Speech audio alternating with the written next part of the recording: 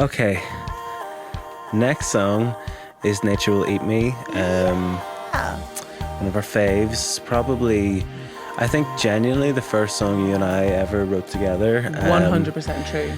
A long time ago, in a very different form than how it probably sounds now. But it, I don't know, just kind of grew with us. Like we kind of revisited it every so often, and we're like, oh yeah, that could be a song. We're like, oh yeah, that could be something. And probably around the time, not long after we sort of launched the band, and started playing shows, we incorporated into the live set, and like I really can't remember many things about how it was recorded, or like how even the vocal sample at the start, which is obviously sort of like pitched and quite like manipulated. I have no idea how we even did that. I can't remember what happened. So in many ways, like revisiting it has just been like keeping the things that are good, and we just like, I think we might have re-recorded vocals. We maybe were a little bit more confident, when we were recording the album and stuff.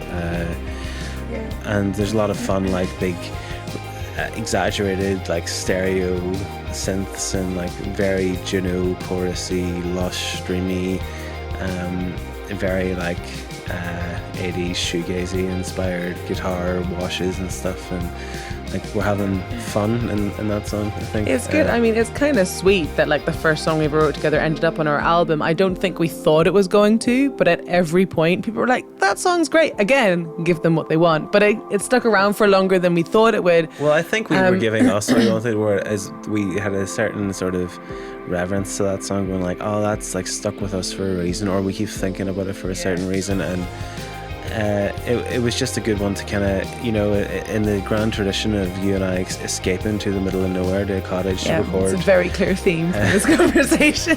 Like we went to like a little tiny house in Leitrim to write a long time ago. We were in a different band then and stuff. But crucially, we went to this little abandoned cottage when we didn't know how to drive. So we literally got dropped off there and we were stranded in this cottage. Literally, it's like a mountain, nothing else for miles. And it's beautiful. But we went on that trip just because we'd been talking about starting a project together. We'd never written a song. Weirdly, we've been in various different bands together before, but like me and Ryan had never written a song together before. And so we were like, right, let's just go and see what happens. And there was loads of songs that came out of there that were of varying degrees of quality, but that song stuck and felt fun. And it was also probably the song that we experimented with a lot. You're right, it wasn't in that form. We had the kind of structure and the melodies and the chords, and when we were in the bedroom, like where The Dark was written and recorded, we were probably like fucking around with vocal samples and like synths. I say probably because I can't quite remember, but I think that is the right timeline. And then, I just think it has grown with us, and it's just about, I love listening to the lyrics of that because it's just like, I'm here on my own and I feel alive for the very first time or whatever. And it was just about that, like, I think this songwriting duo thing could work, and that like confidence of breaking out on your own and doing something and just being like, oh, I can do this and I feel excited about it.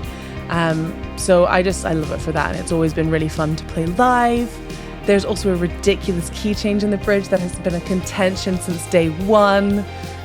We can do a poll on Instagram. You can tell me who likes and who doesn't. Yeah, I don't go in for that kind of thing. I think it's unnecessary, but whatever. But I love it. It's like a little magical bubble. We're talking about the quiet magic of nature, and the bridge just becomes a magical bubble of different noises. So it's a fun song, and it's one that shows our timeline, I guess, or our growth as a band as well. And it's pretty much a if it feels good, do it type of tune. Yeah. It's and it just like feels good. Fuck it. Which is good. It has a certain freedom to it that I really like still. I love playing it live, and I tolerate the key change. That's all you gotta get. Just tolerate. That's the key to a good songwriting partnership there.